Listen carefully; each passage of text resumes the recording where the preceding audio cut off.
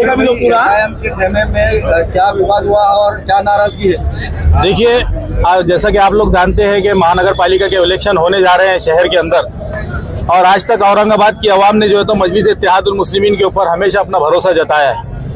लेकिन आज ये जो गुस्सा फूट पड़ा है लोगों का, ये महज इसी वजह से है कि महाराष्ट्र के जो अध्यक्ष हैं इम्तियाज जलील साहब, उन्होंने टिकट बांटने के अंदर जो नाइंसाफियां की है, जो धांधलियां की है, तो उसके खिलाफ में आज ये शहर का गुस्सा फूट पड़ा है और इनको बर्दाश्त करने की अब ताकत नहीं रही हमारे अंदर। इसलिए हमने आज ये नारा लगाया है कि अब इम्तियाज जलील को हटाओ और मजलिस को बचाओ। हम इम्तियाज जलील के हर फैसले का बाइकआउट करते हैं, क्योंकि हमें देखने में ये आ रहा है कि यहाँ के कारपोरेटर्स सबको जो है तो यहाँ से निकाल दिया गया है बाहर। जो कार्यकर्ता जिन्होंने अपने दिन और रात मेहनत करके मजलिस इत्तेहादुल मुस्लिमीन का झंडा कई सालों से थामा है, आप अपने आंख के ऊपर उन्होंने गुन्हे दाखिल करवाए हैं। ऐसे कार्यकर्ता, ऐसे पदाधिकारी, लाइन है बहुत सारे लोगों की, इनको जो है तो बाजू करके ऐसे लोगों को पैराशूट लैंडिंग करवाई गई है जो बड़े बड़े घर के हैं, करोड़पति है, जिन्होंने 11 साल में कभी पार्टी का स्टेज शेयर नहीं किया, जिन्होंने पार्टी के लिए कभी भी जो है तो काम नहीं किया, उल्टा पार्टी के अगेंस्ट में हर इलेक्शन में हमारे खिलाफ में खड़े रहे। क्या वजह है कि जो इनको जो है तो आज पार्टी के अंदर टिकट दिया गया और पार्टी के जो हकदार लोग हैं उनको यहाँ से जो है तो बाहर करने का काम किया गया। साथ ही साथ मैं आपको बताना चाहूंगा कि उन लोगों को जिन्होंने ये खुले दावे कर रहे हैं कि हमने इतना अमाउंट दिया टिकट लिया, हमने इतना अमाउंट दिया टिकट लिया, आज वो सारी बातों का खुलासा होना चाहिए। और जो लोग ईमानदारी से ग्राउंड के ऊपर काम कर रहे हैं उनको वफादार नहीं है, वो जो है तो गद्दार बोल के उनको जो इम्तियाज जलील साहब कह रहे हैं, उन्होंने आके खुलासा करना चाहिए। इसलिए हम लोग जो है तो मजलिस के साथ है, लेकिन इम्तियाज जलील के खिलाफ है। और हमारा सब पूरे शहर का यही है कि जब तक इम्तियाज जलील को महाराष्ट्र के सदर से हटाया नहीं जाएगा और इस औरंगाबाद के इलेक्शन से बाहर नहीं किया जाएगा, तो हम लोग जो है तो कोई काम करने वाले नहीं है। उन्होंने बताया कि जो है ओवैसी साहब का ये निर्णय था, ये अवैसी साहब जो है तो हमारे नेशनल लीडर है, उनको नहीं पता कि सोहेल पार्टी जो है क्या काम करता है, उनको नहीं पता कि अनीस लीडर क्या काम करता है, उनको सारे लोगों के बारे में मालूमात नहीं होती है। जो शहर में रहता है उसको मालूमात होती है। सिर्फ अवैसी साहब का नाम लेकर और जमात की दुहाई देकर जो है तो हमारे पर फैसले थोपे जा रहे हैं। हम समझते हैं कि पार्टी की आइडियोलॉजी नहीं बल्कि इनकी आइडियोलॉजी यहाँ पे काम कर रही है और हम लोग पार्टी की आइडियोलॉजी देख के जुड़े हैं।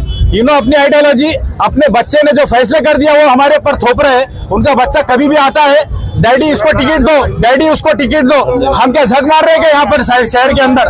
हमने आज शहर के अंदर मजलिस का झंडा गाड़ा है, हमने आज मजलिस को मोहब्बत में जो है तो कुव्वत और ताकत दी है। तो क्या ये किसी बच्चे के बोलने के ऊपर पार्टी चला रहे हैं? ये पार्टी की आइडियोलॉजी के ऊपर चला रहे। हर वक्त असदुद्दीन अवैसी साहब का नाम लिया जाता है कि साहब ने ये बोले, आधा घंटे में लिस्ट आ रही है।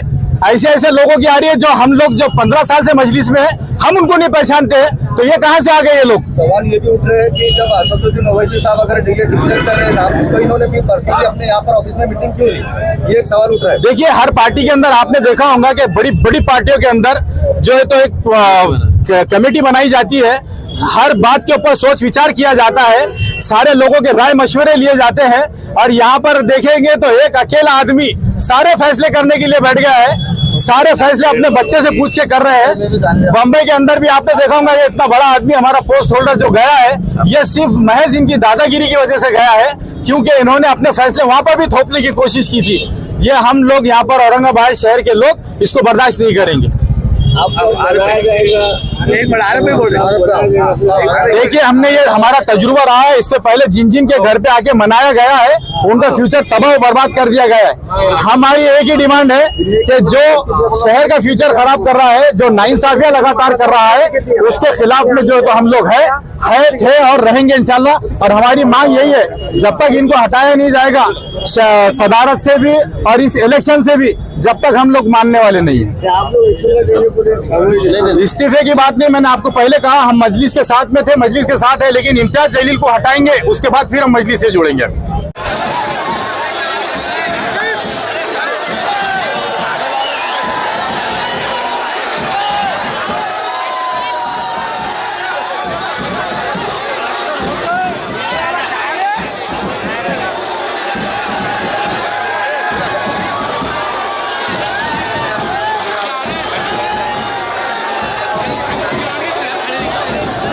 कहेंगे आज टिकट बांटने के ऊपर आज आपके ऊपर बहुत सवाल उठे और आज ही लगता है कि आज महानगर पालिका में आपने महापौर बना लिया, ऐसा जश्न लगता है, क्या कहेंगे आप?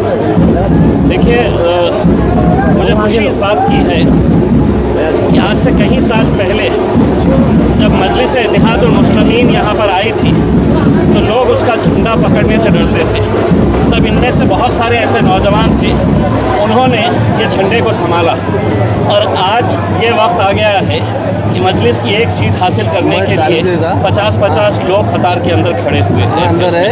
यकीनन मैं भी समझ सकता हूँ कि बहुत सारे लोग नाराज़ होंगे और मैं उनसे सबसे पहले तो मजलिस इत्तेहादुल मुस्लिमीन के महाराष्ट्र के सदर की हैसियत से वो तमाम उम्मीदवारों से मैं माजरत चाहता हूँ, मैं उनसे माफ़ी चाहता हूँ और मैं ये उम्मीद करता हूँ कि हमने जो भी फैसला किए हैं वो मजलिस के हित में किए हैं, मजलिस की भलाई के लिए हमने किए हैं।